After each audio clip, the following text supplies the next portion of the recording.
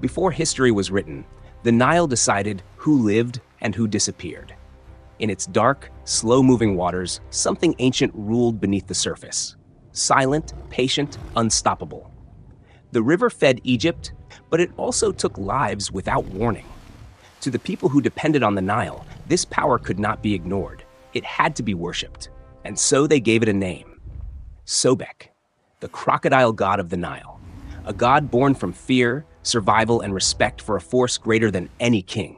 He controlled the floods that gave life to the land, and the jaws that could end a life in a single strike.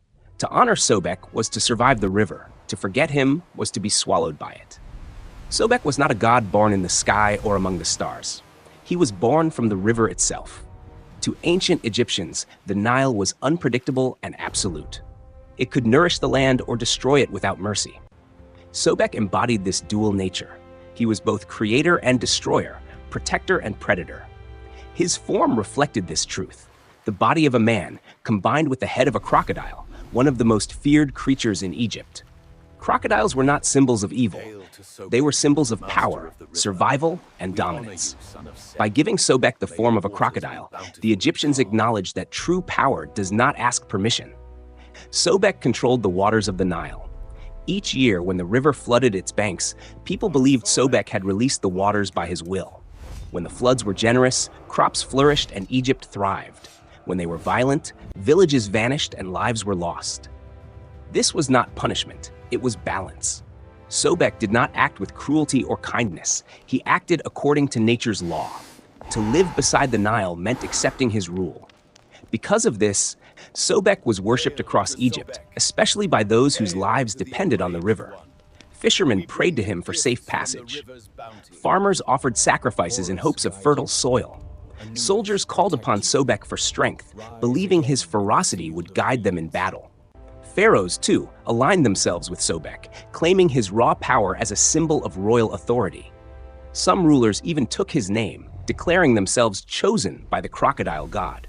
In the city known as Crocodilopolis, Sobek's presence was unmistakable. Sacred crocodiles lived inside temples, fed by priests adorned with gold and precious stones. These animals were not feared, they were revered.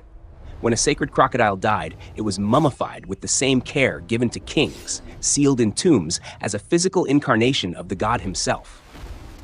To harm a crocodile in these regions was considered a crime against Sobek. Sobek's influence extended beyond the river. In myth, he stood beside the sun god Ra, protecting the solar bark as it traveled through the dangerous waters of the underworld each night. He fought against chaos, against the serpent Apep, ensuring that the sun would rise again. Yet Sobek was never fully tamed by order. He remained a god of instinct, reminding the other gods and humanity that chaos could never be fully erased. This is why Sobek was both feared and respected. He represented a truth the ancient world understood deeply. Survival depends on respecting forces beyond human control. To ignore Sobek was to deny reality itself. His jaws, his strength, his dominance were reflections of the world as it truly was. Beautiful, fertile, and deadly. Sobek was not a god of mercy. He was a god of balance. And as long as the Nile flowed, his presence was felt in every drop of water, every harvest, and every life that dared to depend on the river. Sobek was never meant to be loved. He was meant to be respected. In a world ruled by nature, the ancient Egyptians understood that survival depended on honoring forces beyond human control. The Nile still flows, long after temples have crumbled and gods have fallen silent. And in every shadow beneath its surface, the memory of Sobek remains. A reminder that life and death are never separate, that creation always walks beside destruction. Sobek was not a monster, nor a savior. He was truth itself, raw, ancient, and unforgiving. As long as rivers carve the earth and predators wait beneath the water, the spirit of the crocodile god will never truly disappear.